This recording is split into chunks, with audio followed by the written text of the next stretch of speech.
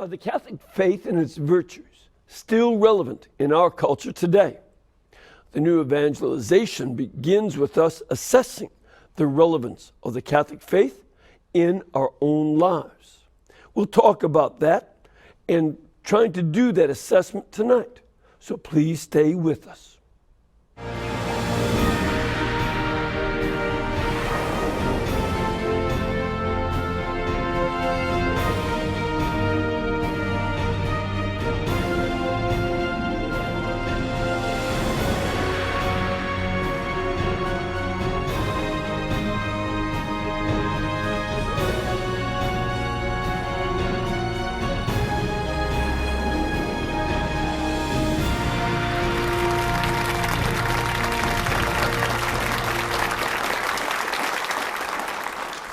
Thank you very much and welcome. I'm Father Mitch Pacwa, and this is EWTN Live, where we bring you guests from all over the world. Before we get to our guests, just want to mention that today the church celebrates the martyr, Saint Augustine Zhaorong.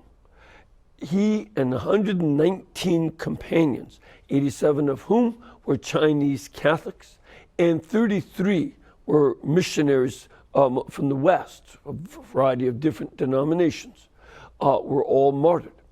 St. Augustine Zhaorong was a soldier who converted to Catholicism, but he died in 1815 after arrested and tortured. He refused to renounce his Catholic faith in the face of a severe decree against Catholicism from the Emperor Qin in 1813. The emperor was mostly about anti-Western influence in China. But for St. Augustine, it was very much an issue of his faith, his commitment to Christ, and that was more important even than foregoing torture and death. And it's important for us because as we hear a lot, there are many, many martyrdoms every year. Thousands of Christians are martyred around the world. And we need to pray for them, ask the intercession of the martyrs like St. Augustine Zhaorong, but also look to them as models of what it means to stand up for your faith and learn from them so that we do the same. Well, I always say how we have guests from around the world, and our guest tonight is a Catholic speaker and author. He's originally from Australia, but he's been living in the United States now for a good long time. He's been doing a lot of very important research into why Catholics engage in their faith or disengage, and tries to determine what it will take to establish vibrant Catholic communities in the 21st century. So please welcome the author of the book, Rediscover Catholicism. And he's also the founder and president of the Dynamic Catholic Institute, Mr. Matthew Kelly. Good to have you. Thank you. Welcome here to Alabama. Thank you. Now, you've moved from Australia how long ago? I started living here in the States half the year in the mid-90s. You were going to school? Yeah, by 2000 I was here pretty much full-time. Okay. And but you're originally from? Sydney, Australia. Beautiful city. And now you're sort of settling in a bit, and you're married. How many children do you have? Three. Yeah, and that's a good start. It is a good start. And God willing, the Lord will continue to bless you. But you're also doing this work with the Dynamic Catholic Institute. What led you to start that institute? I started speaking in 93, and essentially between 93 and 2003 I traveled in 50 countries, saw a lot of the church in a lot of different countries, in a lot of different cultures, and started to see some larger themes emerging. And really started to ask the question, what is the difference between a highly engaged Catholic and a disengaged Catholic? Yeah. Because if we cannot answer that question, how can we drive engagement? It's impossible. But see, it's interesting to me that you saw it in those terms. that a Catholic is engaged or disengaged. That's a very interesting way to see it. Are you an engineer that you think of gears or being engaged or disengaged? No, but I make my living as a business consultant. Okay. And my consulting firm specializes in employee engagement. So how engaged is a workforce? Is a working population engaged, highly engaged, minimally engaged, and how can you increase engagement? And so it was seeing both of these things at the same time that brought together the question. Yeah. That's very important. So what is it that you discovered as you examined, well, you were speaking, but again, learning about Catholicism around the world. What have you seen? So the first phase of the research essentially did an 80-20 study and examined two things. So volunteerism within a parish and financial contribution within a parish. 80-20 principle essentially says that 80% of outcomes come from 20% of causes. Okay. And so in business, usually 80% of profits come from 20% of customers, or 80% of sales come from 20% of profits. So a bookstore has, the average bookstore has 100,000 different titles, but there's a few titles that just sell over and over and over and over again, like your books, just over and over and over and over and over again, that produces I buy them all the time and just put them back. You and your mom. But we asked the question, does the 80-20 principle apply to Catholic parish in the areas of volunteerism and financial contribution? We discovered no. 6.4% of American Catholics contribute 80% of the volunteer hours in the parish, and 6.8% of American Catholics contribute 80% of the finances in the parish. So this is not 20/80, it's 93/7. Yeah. So that's not really great. For my staff told me for about 2 weeks, once I got the research back, I was depressed. And then it occurred to me that it might actually be the best news we've got as a church in 50 years. Because when you look at what we are doing, you think about the Catholic Church, every single day we feed more people, we house more people, we clothe more people, we visit more imprisoned people, we take care of more sick people, we educate more people than any other institution on the planet Earth. If we're doing all of this with 7% of people engaged, imagine what we could do with 14%. Yes. I'm not talking about 100%, but I think at 14% we change the world. And so I think it actually is good news. It comes in the form of, I think, what is easy to look at and say that's a bit depressing. So you can look at a glass 7% full and see it as 50% full. I just see it as, I just think we're making a phenomenal contribution to society. And if 7% of people are doing that, imagine imagine if we just got 1% more like those people every year for 7 years. The other thing is, I think when we look at the 93% of disengaged Catholics, I think that's overwhelming. We look at that and say, well, where do we even start? But if you say to the average pastor, let's say there's 1,000 adults in a parish. Okay, now I know we count families, but let's say 1,000 adults for the sake of the exercise. 1% more is just 10 people. If there's 1,000 adults, 70 of those people are doing everything and paying for everything. And you talk to a pastor, you say, how many people are really involved in your parish? Pastors say, well, the same 50 people do everything. Well, the same 50 people pay for everything. So if there's 1,000 adults, 70 people are doing everything and paying for everything, all we need to do is get 10 more people, 1% more each year, 10 people in a parish. And when we put it in those terms, I think we step back from say, I can do that. That's possible. That's doable. It's not completely overwhelming. And so I think what the research does, it gives us a starting point. It gives us a map. It gives us a place to start. Right, and I think that's a very important vision, because it can sound overwhelming to say, well, we can't do anything until we get the other 93%. Exactly. And it's not getting the other 93%, but working towards another, just doubling the number of people, if not trying to, again, we want everyone to hear the good news and to know about the salvation in Christ.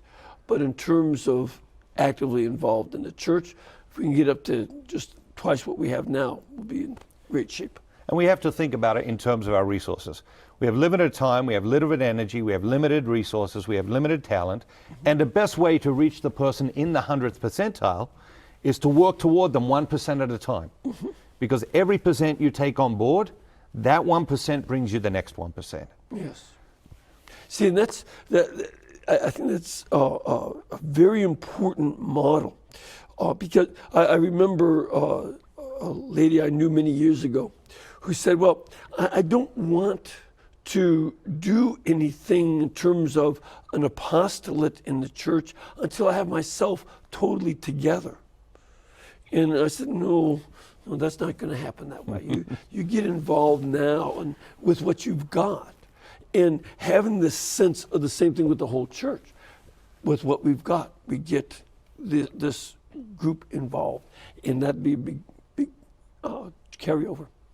Yeah, and I think people they're debilitated. They are overwhelmed, and if we look at the history of the church, I mean, God only looks for one thing on a resume, and that's availability.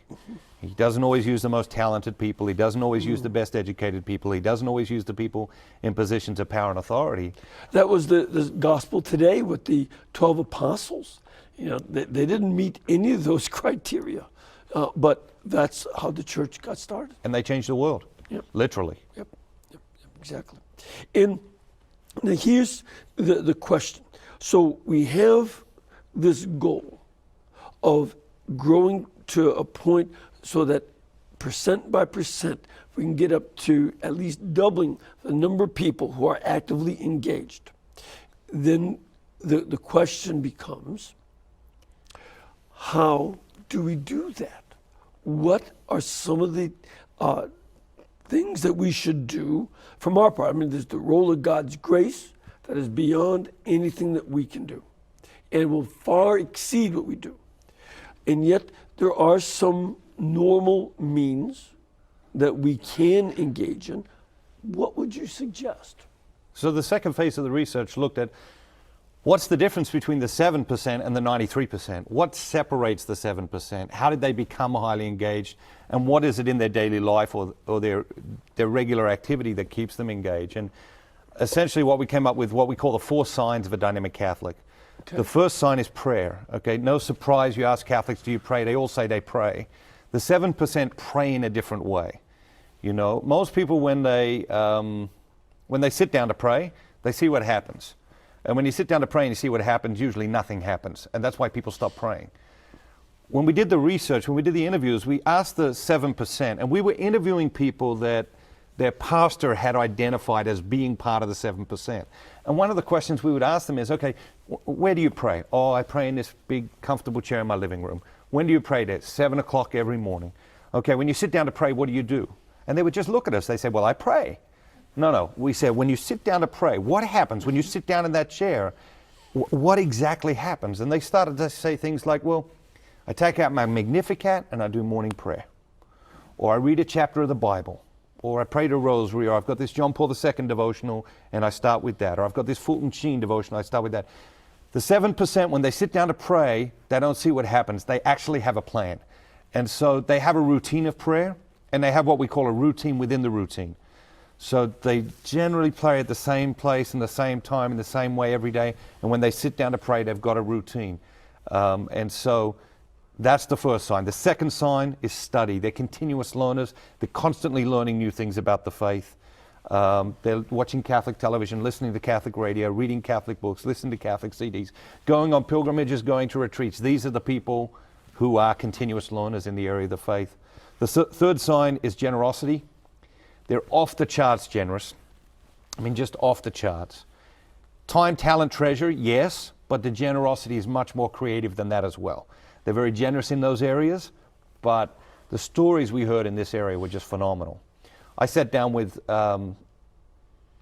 one set of researchers, and they were interviewing this woman, and she said straight out of the gate, you got the wrong person, you need my friend.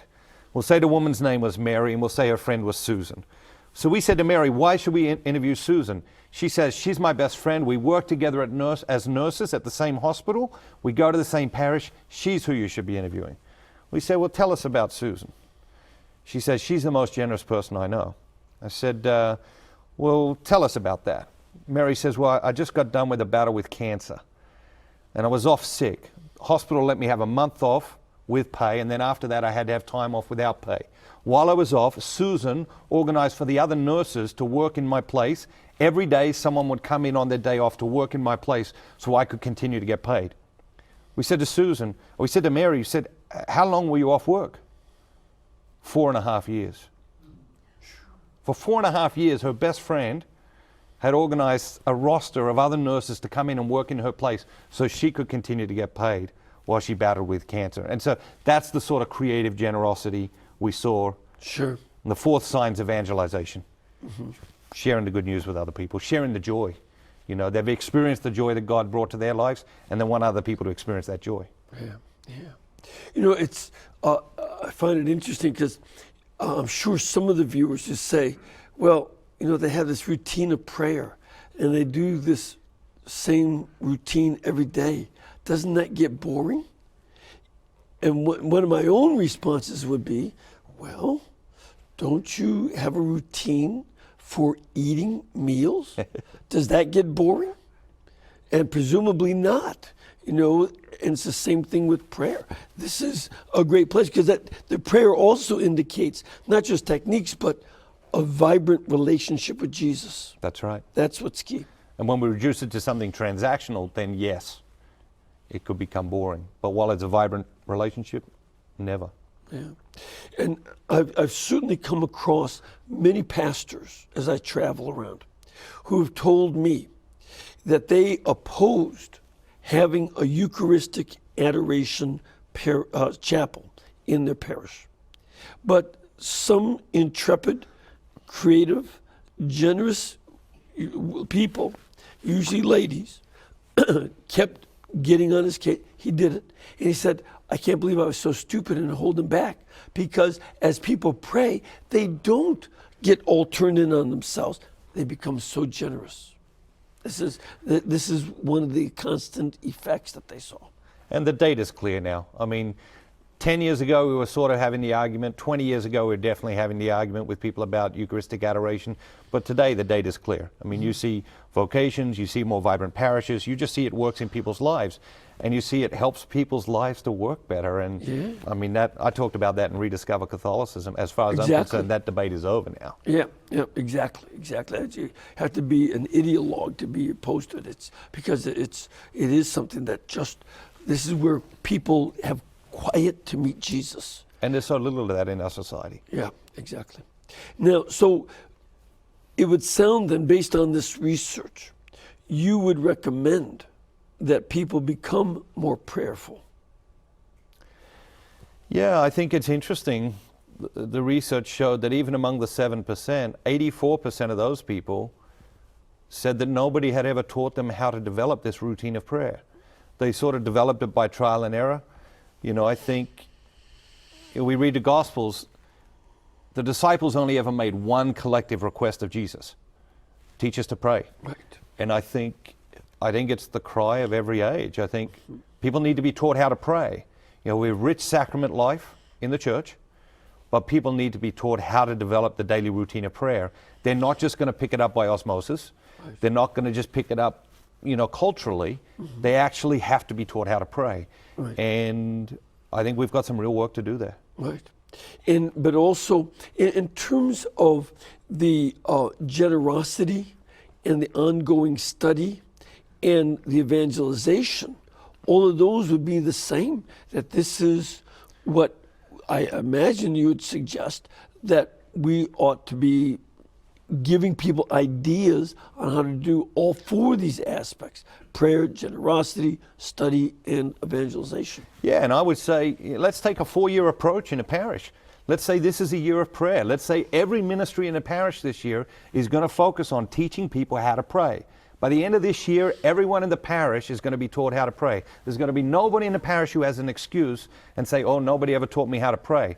First year, prayer. Second year, study. You know, we live in a time when people have more questions about Catholicism than ever before in history. Yes. We also live in a time where there's less people who have answers. Right. You know, we have an obligation to learn more about our faith so that we can answer those questions. The third and the fourth sign flow from the first and the second sign. generosity and evangelization flow from prayer and study. You don't get the first two, you're not going to have the second two. You know, I think the generosity one's big. You know, I talk a lot about money in the book because it came up a lot in the research, you know, and the 7% talked a lot about money.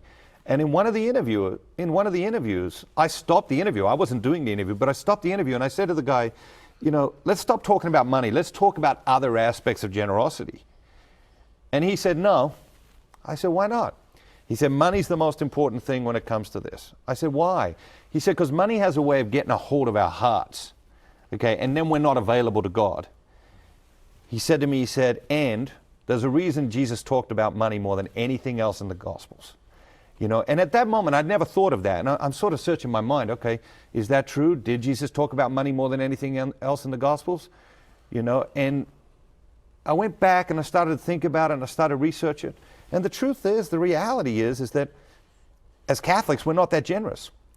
We come off as generous because there's lots of us. You know, and in the book, I outline the generosity of evangelical Christians, mainstream Protestant Christians in America, Catholics in America, agnostics in America, and atheists in America. And in that lineup, we are only, as Catholics, we are only marginally more generous than atheists and agnostics. Yeah. We don't go anywhere near mainstream Protestants. We don't get anywhere near evangelical Christians. They're 10 times more generous financially than we are as Catholics. And so I think we've got an issue around money. I think we've got an issue around generosity.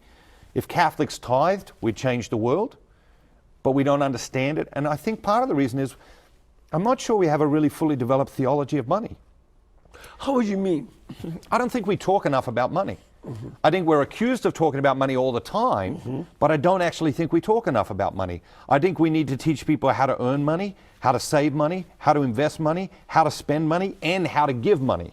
You know, the problem is we spend a lot of time just talking about giving money, you know, and we don't teach people how to earn money or how to give money or how to save money or how to spend money, you know. And I'd love to hear a homily on, okay, how do you make a really good spending choice? You know, next time you're thinking of buying something, how do you make a really good choice about that?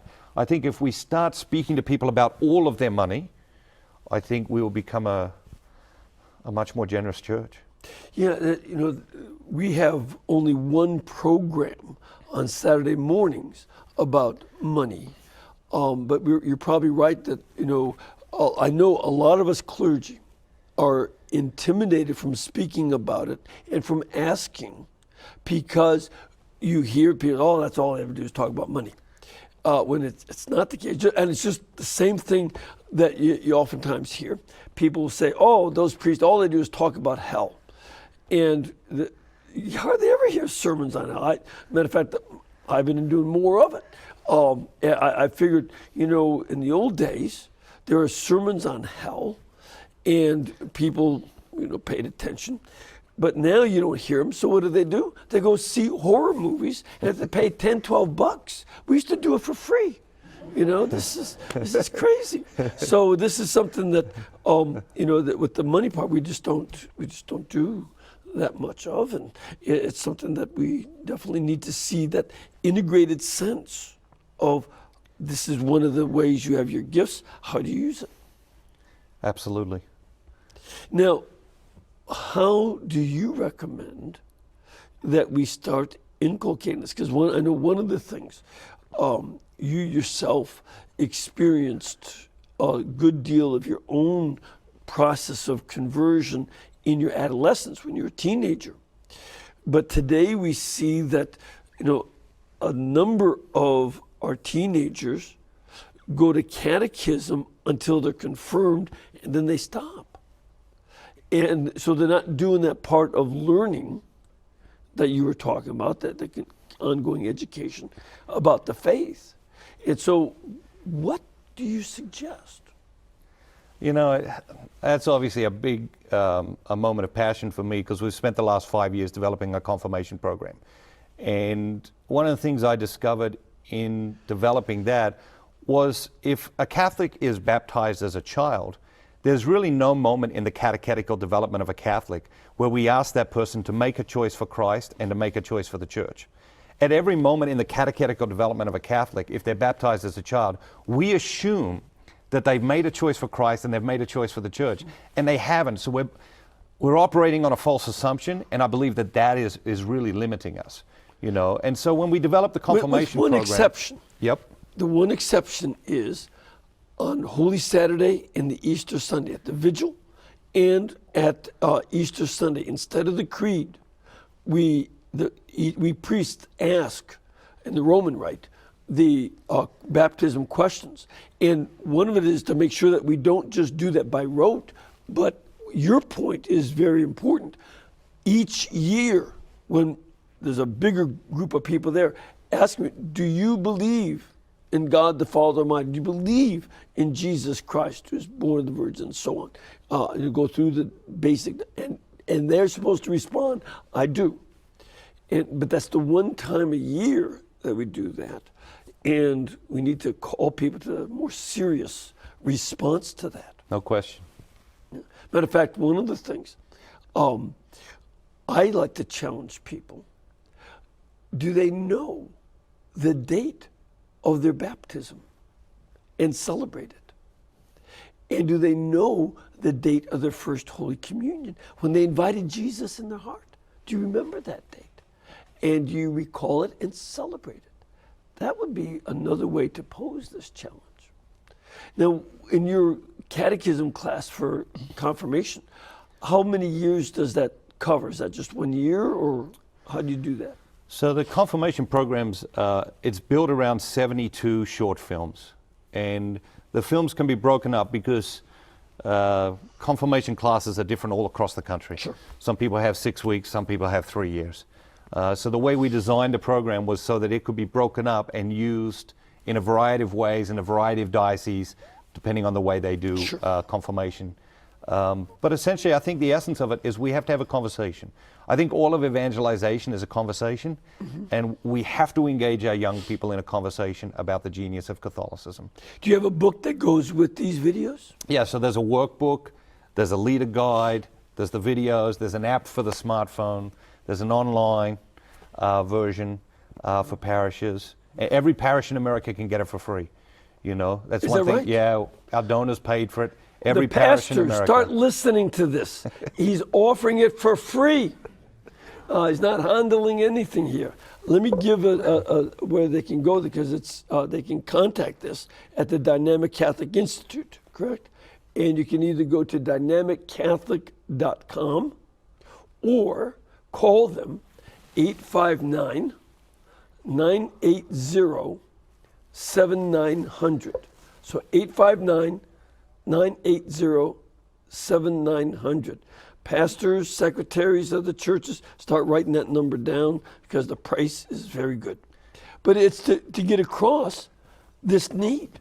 Yeah, and we just felt like there's no point building the best confirmation program in the world if half of parishes can't afford it. Right. You know, and so we went to our donors and we said, we want to give this to every parish. In fact, every person can get one for free. You know, if you've got a child and you just want your child to go through it, just call up and get a copy. How big is your phone bank when they hear that everybody can get one Go free? online. Go online. Yeah, that'd be good. All right, we're going to take a break. We'll come back. We want to get some of your questions and your comments, so please stay with us.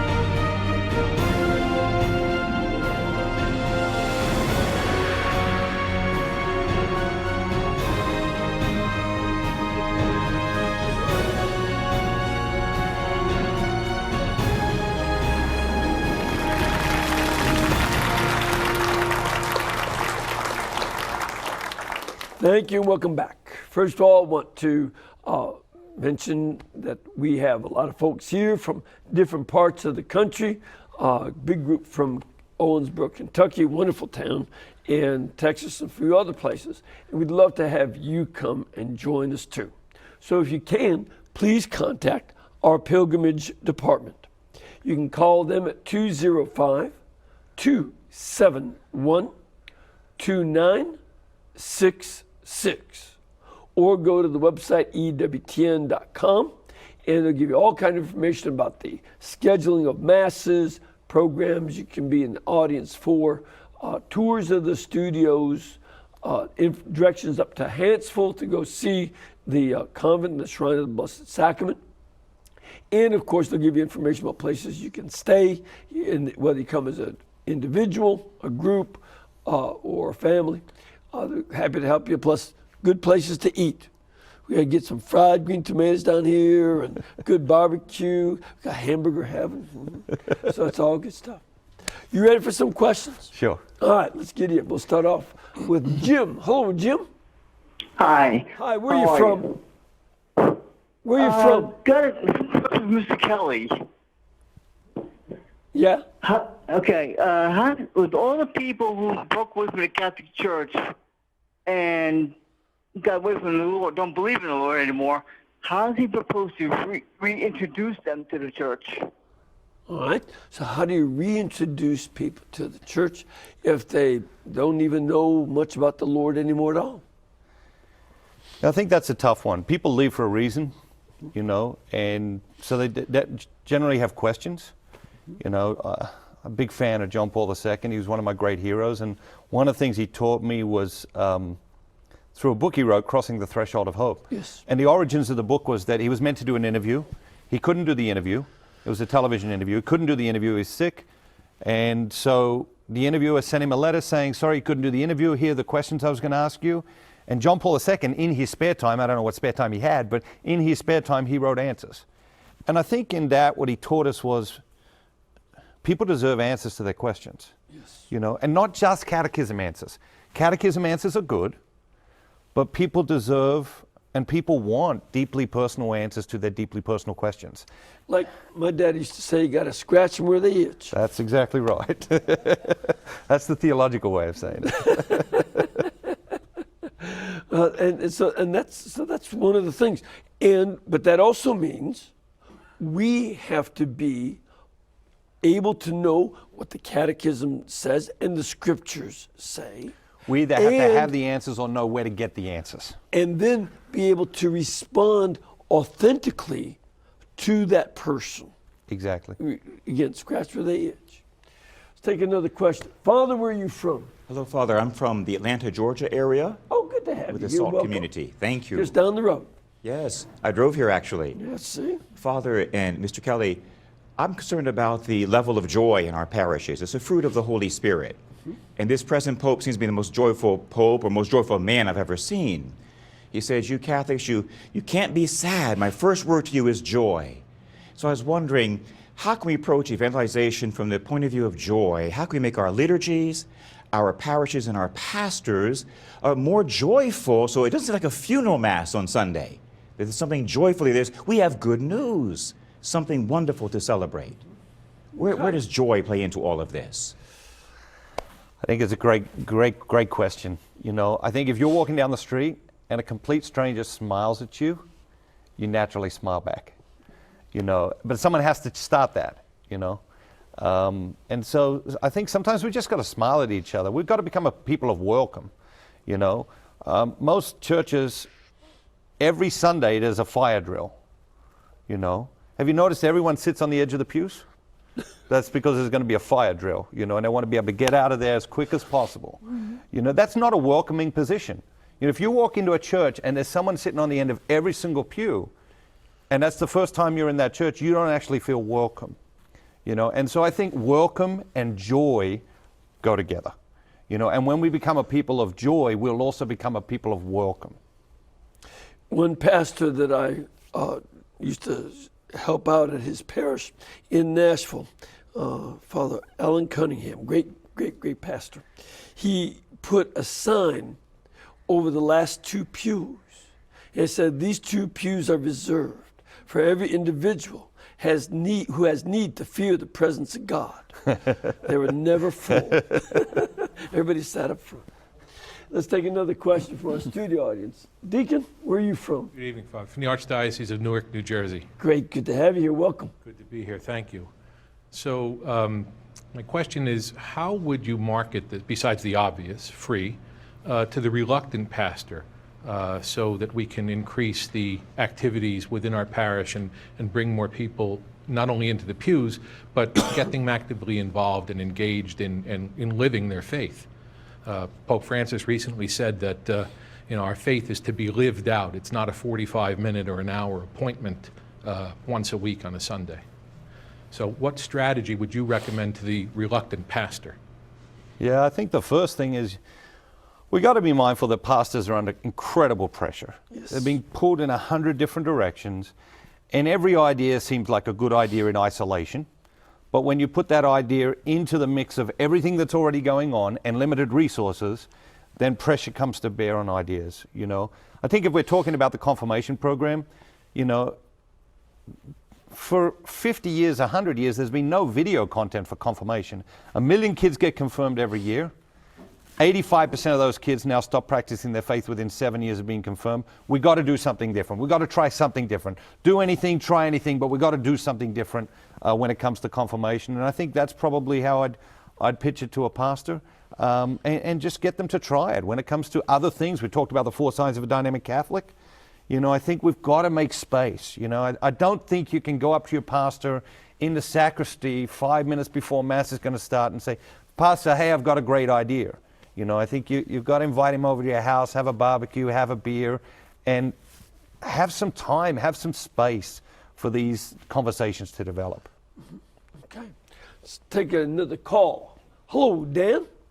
Yes, Father. Hi, where are you from? Yes, I'm from Connecticut. Great. And your question? Yes, my question is for Matthew Kelly. Is I'm very interested in what he's had to say about re-evangelizing and trying to get people to come back. But one of the things that bothers me at the most is, and perhaps this is a new approach, there's absolutely no personal interaction between our clergy and our people. It's a very indifferent, sort of a cold type of church. And certainly, I know in my own case, if I don't make it a point to let the priest know what my first name is, it will never, never happen. As a former teacher, I can tell you, the first thing you do with kids, learn their names for rapport. And I would like to see this more with our bishops, taking more of sort of a personal interest in our parishes, and certainly with our priests. And with that, I'll hang up and I'll listen to your answer. Thank you very much. Thank you, Dan. Well, I think it's a good question, but again, to Dan, I'd say our priests are under incredible pressure. Yeah, as a teacher, the first thing we're taught as teachers is know every kid's name, but there's 20 kids in the class. There's maybe 30 kids in the class. You've got parishes in California with 10,000 families, and so I think we've got to temper our expectations, the expectations we have of our pastors. I think we've got to ask ourselves, what's most important? What do we most need from our pastors? And I think we've got to temper our expectations around what we most need from them. At the same time, I think, we could become a more personal church, but that responsibility falls on all of us, not just a bishop, not just a priest. 60% of the congregation's in the car before the end of the closing hymn, so there's no community gathering after Mass. I would say to Dan, I would say to others, I would say to myself, we all have to own that. If we want to have richer community, and I believe we all yearn for community, we got to own our part of that. Yeah, and I would speak for especially the parish priests. That I don't have the same pressures they do because they are running sometimes $200-300, sometimes $1 million or $2 million, $5 million operation, depending on if they're schools or not, and they are really, really pulled. The pressure on pastors is tremendous. They're exhausted. You know, finding time for them to get away and do any kind of relaxation where they can just recuperate is very difficult. And I think we have to be sensitive to that. That's part of the difficulty that comes with the shortage of clergy. No question. And I think back to one of the earlier questions, that steals our joy. When we're under that much pressure, when we're that overwhelmed, Right. that steals our joy. And so if we want our priests to be joyful, we've got to give them some white space. We've got to give them some time off. We really have to temper our expectations. And, you know, for instance, when it comes to prayer, if you see the pastor making a holy hour with the other people, let him be. Don't say, oh, you know, I just saw that the light bulbs are out. Now, I leave the priest alone. Let him pray. He needs it like everybody else does. No question. Now, I said that once before on TV, and one viewer was very upset. You shouldn't tell them.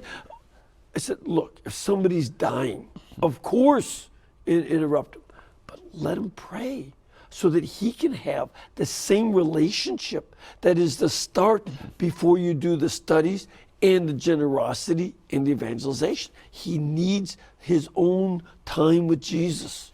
It's like when you get on the plane, they got all those safety announcements, you know, they say in the event that the cabin loses pressure, oxygen mask will come down. And if you're traveling with a small infant or a child, put your own on first. Right. It's completely counterintuitive, but it's what a parent has to do. It's what a priest has to do. Right. If we're really going to serve the people we're called to serve. Right, right.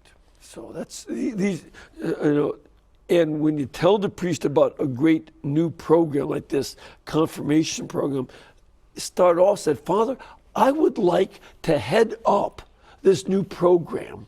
Here's what it is. Would it be okay with you if I did this? Instead of saying, here's one more thing that you got to do. That'll help. Sir, where are you from? Daphne, Alabama, Christ the King Parish. There you go. Good to have you here. Welcome. I've been hearing about this new thing called the New Evangelization, and I wonder how that meshes with the dynamic Catholic movement that you're talking about. So I think what we're trying to do at Dynamic Catholic is demonstrate the relevance and the genius of Catholicism to people in the modern world. You know, there is a lot of talk about the new evangelization. Unfortunately, there is a lot of talk about the new evangelization. And I think if you polled 1 million Catholics and said, what's the new evangelization? You got 1 million different answers, which means what? We got nothing. You know, so I think we've really got to focus in on how do we repropose the gospel to people whose hearts have become hardened to the gospel, which essentially is what the new evangelization is, in the words of the last, 4 popes. And reproposing the gospel to people who think they already know the gospel is very, very difficult. And the only way to do that is to really meet them where they are and lead them to where God is calling them to be. Sure. All right, let's take another question. You have Stan. Hello, Stan. How you doing, Father? Hi, where are you from? Michigan. Great. What part? Grand Rapids area. Okay, it's not too far from my brother's place, over by South Haven. So what's your question? So my question was for Mr. Kelly. I'm just curious, of the 7% who you say support 80% of the parishes, how many of those, or did you get into the details of, how many of those were later life converts versus cradle Catholics? And leads me to my next question, maybe more of a comment question, was I find that the later life converts have the kind of curiosity of their faith, which I find lacking, even myself sometimes, but with a lot of cradle Catholics. And just something to kind of comment on, if you don't mind. Sure. Yeah, so I don't have those details just to recall from memory. But if you shoot me an email, if you visit dynamiccatholic.com and send me an email, I'll be happy to send you some more data on that. There definitely is a moment in a young person's life. There's a lot of data that shows if we don't get people before about the age of 15, there's this window between 15 and 40 where very little goes on. And then you start to win people back after 40. Problem is, by then they've made a lot of mistakes. By then they're coming back with a lot of baggage, and they come to church with all of this baggage, and they say to the church, fix it all. And they come to the church with, I think, monumental expectations. Yeah. And it really does put a great weight on the church, because they need then real personal attention. Yes. They very often need one-on-one counseling. They need one-on-one spiritual direction. they need very, very personal attention. So I think that puts a lot of pressure on the systems, there's just not enough priests, there's just not enough spiritual directors, there's just not enough people who have really good Catholic formation who are able to turn around and really deal with those scenarios. Right. And that's one of the things, and it's not just a Catholic problem. This is a cultural problem, that we have this cultural expectation that between 15 and 40 is the time you're supposed to have the time of your life. That this is when you get to have all the fun, because after that, life is really downhill, which is dumber than a box of rocks. I've already gone through the 20s, the teens, 20s, and 30s. Those are fine. But 40s are way better, but you need to prepare for it. 50s are very good. I'll give you a report on the 60s in 5 years, but until they're done. But it's, the idea that you get all the fun when instead you make yourself a fool in that period, instead of learning the tasks that prepare you to live the 40s, 50s, 60s, and God willing beyond well. That's something that's key. No question. And I think the connection there is between the philosophies that are essentially ruling our age. Yes. When we ask, what is life about? Our culture says fun, right. Or pleasure, or a combination of both, or stuff, or achievement.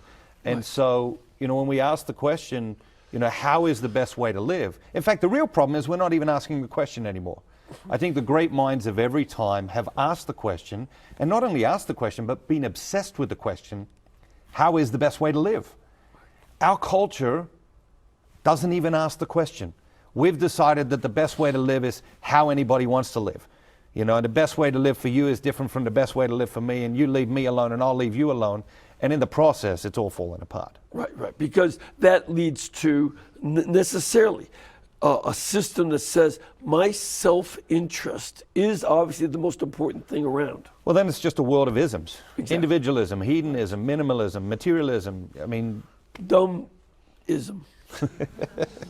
Again, the theological perspective. We have a question from our studio audience. Ma'am, where are you from? I'm from Owensboro, Kentucky. Good to have you here. You've been here before. It's good to have you back. Yes. I have a question for Matthew Kelly. When I was confirmed, I was 8 years old. Anymore, we have teenagers, and they can decide whether they can be confirmed or not be confirmed.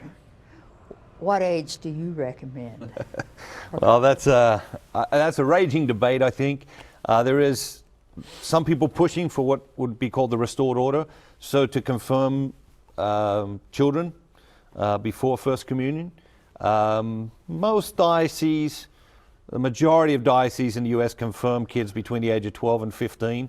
I think if we're going to have restored order, which I would not be opposed to, we got to have a plan for the teen years. Mm-hmm. If we're losing 85% of them within 7 years of confirmation, and they're being confirmed on average at the age of 13 or 14, mm-hmm. we don't want to be losing 85% of them within 7 years of them being 7 years old. Mm-hmm. So if we want to go to a younger age of confirmation, fine, but we better have a rock solid plan in place for what catechetical development and spiritual development looks like during those teen years. Otherwise, we're not going to get anybody.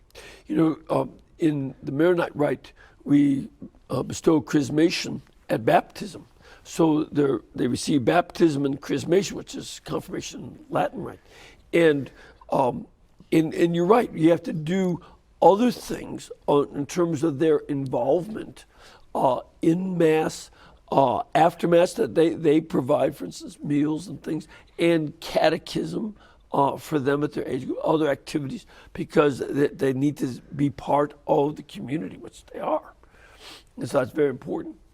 As well as contact through college. That's also very important. We have another caller. Hello, Janice. Yes. Hello, Father Pacwa. Hi, where are you from? From Omaha, Nebraska. Oh, thank you for calling. What's your question? Well, I have a comment for Matthew Kelly. I am so pleased to meet him over your program. I want to thank him for his book, Rediscovering Your Catholicism. His book was the focus of our parish's Lenten season this year. Our pastor bought books for everyone in the parish, passed them out, told us what to read each week, and then we had a discussion where we followed either a deacon or a priest each week to review what we had read.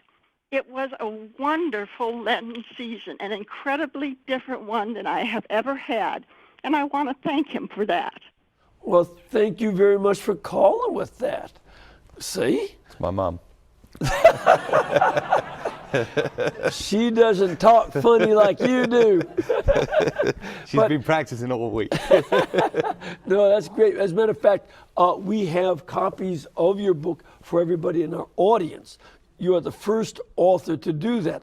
Every time I come up with a new book, I'm handling the thing. I'm selling it for a good price, but you are giving it away. That's very kind of you. And it's also going to be for sale at EWTNreligiouscatalog.com. We have another question from our studio audience. Ma'am, where are you from? I'm from Nigeria. Okay, now you win the long distance award. Good to have you here. And what's your question? I have a question. You talked a lot about money, and you said, the Catholics don't give as much as the evangelical Christians or the Protestants. Is it because they base it on tithing, giving the 10% of first fruits, and should we adopt that way of doing things?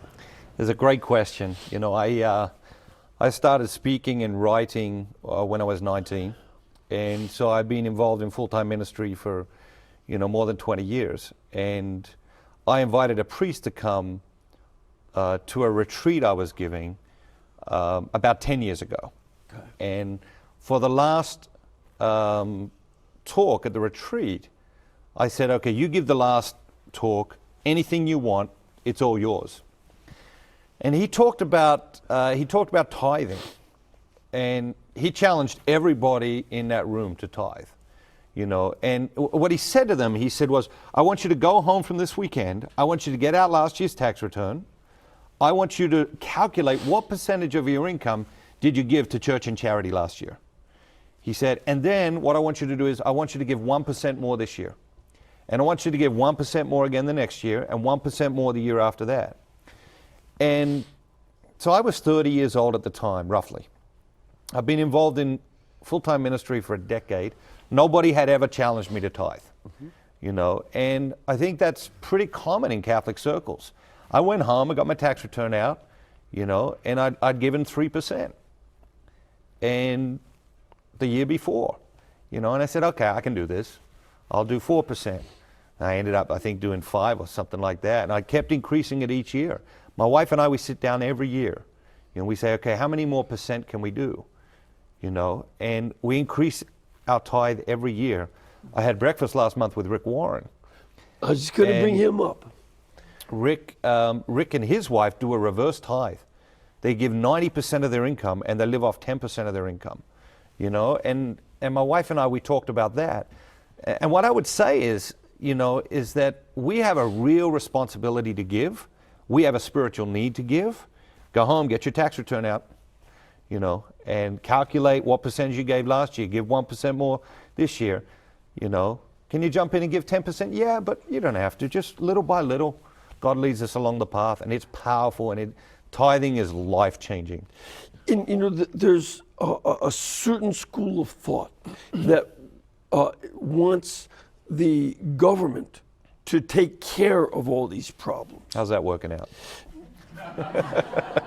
Do you want to start with the VA, or where do you want to start? Welfare, what? And it turns out that the people who promote that approach are the least generous to the needy and the poor of all. And this is not my reflection. This is based on surveys of their tax returns among politicians, and very wealthy people have huge amounts of money. But they'd rather do it through the state, where there's incredible amount of waste, versus getting it to charity in the church, where it actually gets more of it gets to the people. We had a question last week.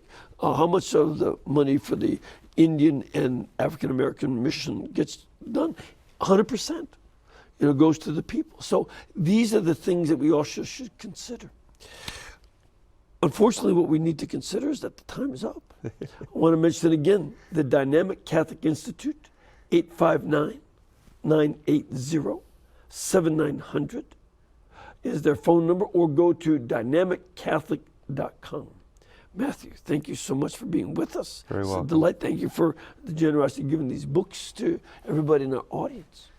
And may the Lord bless you as well.